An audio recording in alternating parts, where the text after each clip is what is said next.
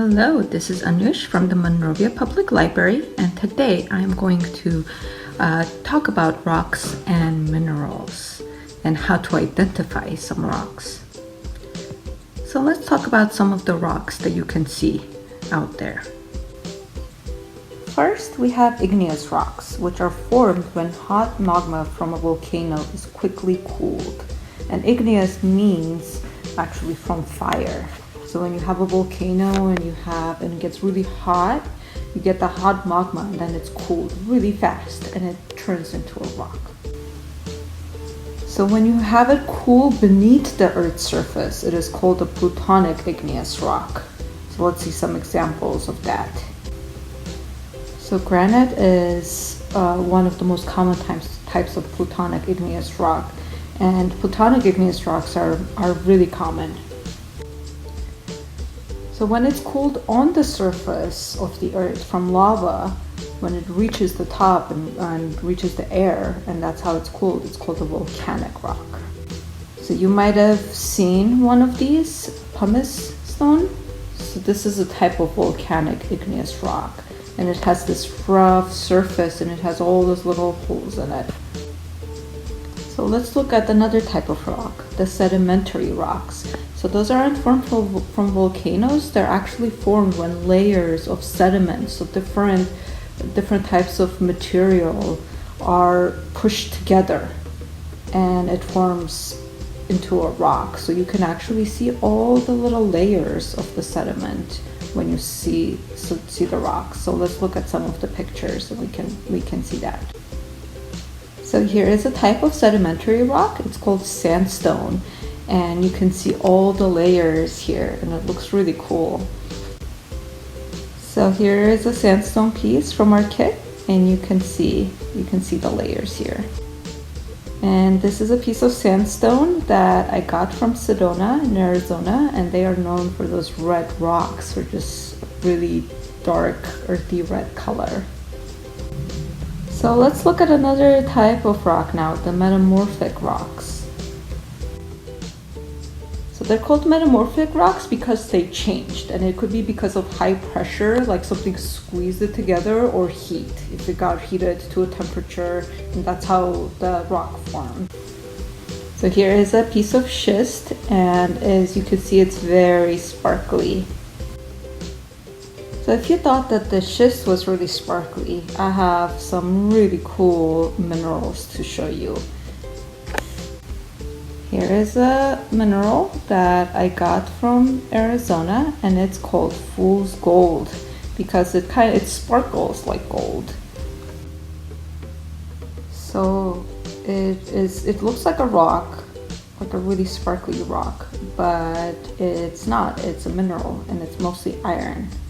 It's called iron pyrite. So here's another, it's a little similar, and it's called peacock ore, just because of all the beautiful colors that you see. And they're all the same, but they're all different colors. And these are actually red, but when they are exposed to air, they start sparkling, and they turn into all these really cool colors.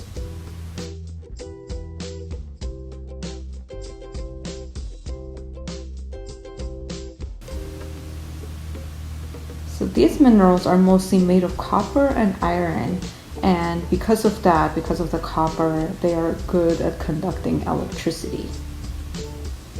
Now let's look at how we can identify different types of rocks. And we can identify rocks by looking at all the different features of rocks. So the first thing, the easiest one to look at, is what color is your rock? So as you saw in the peacock ore and the fool's gold that I showed you, darker rocks are made of minerals like iron and magnesium. So the fool's gold was made mostly from iron. It was iron pyrite, and the peacock ore was made with copper with a little bit of iron in it. Here is another piece of iron, for example. So some of the lighter rocks have more quartz mineral in it. So this is what quartz can look like. See how it's light and kind of see-through? So here's an example. This is gneiss rock, and it is made from feldspar and quartz. Another thing that we can easily see is the texture of the rock. So how does it feel? Does it feel really rough or smooth? So by touching the rock, we can see if it's coarse or smooth. And let's look at some examples of that. Here's a piece of obsidian, and it is very smooth and shiny. So scoria is very rough, kind of like the pumice stone that we looked at earlier too. Then we can see the structure to see how was it made. Kind of like the sandstone that had layers, we can check to see if it has layers or if it's spongy. So that's how we can check how it's made. What is the structure of the rock? So this is a piece of basalt, and it is fine grained and is spongy. So you can see all the little holes in it. And lastly, we can check the hardness of the rock. So we can do some experiments here. So there is a scale for measuring mineral hardness, and it is called the Mohs Scale. So the scale works like this. It's 1 to 10, and 1 is softest and 10 is hardest. So on this list, talc is the softest, so it'll be really crumbly, and it gets harder as you go up the numbers. Now 6, 7, 8, and 9 are going to be harder than the talc and gypsum 1 through 5. So can you guess which one is the hardest?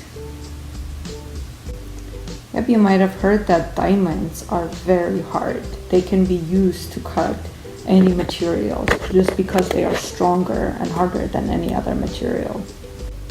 So we can actually see how hard a rock is by scratching it with some common objects.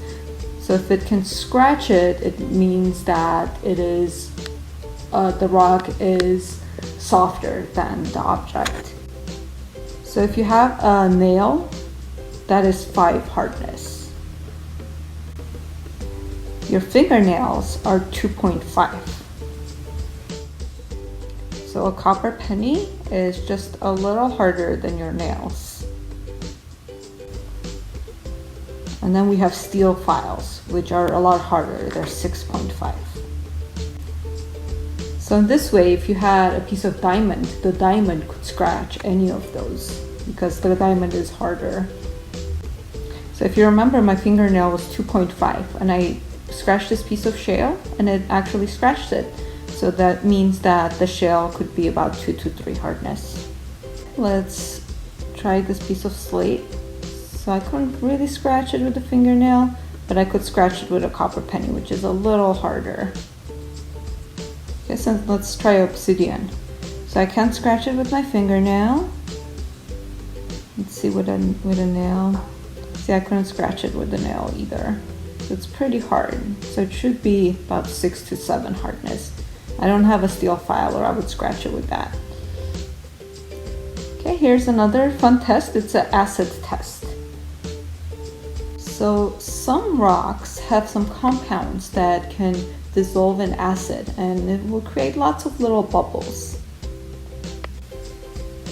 So vinegar is acidic, so we can submerge our rocks in vinegar and see if there's any bubbles. Here is a piece of limestone, and I'm going to put it in a glass here with some vinegar and see all the little bubbles that are coming up. So it's all the carbonate compounds dissolving in the vinegar and creating air which comes up to the surface. Let's check this one. This is calcareous tufa. Let's put it in the vinegar and see if anything happens. Yep, we get lots of little bubbles that come up to the surface. Let's check this piece of rhyolite and see if anything happens. So you see a couple of little bubbles, but mostly after you put it in the vinegar. But we don't really see as many bubbles in this one. So as we could see, the calcareous tufa and limestone produced bubbles and the rhyolite did not. So the way you would identify a rock, you would do all those observations and make notes. And there are keys that will help you identify your rock, like the example that I'm going to show you right now. So here's a key that came with our kit, and it shows the name of the rock and what type it is and what it's made of.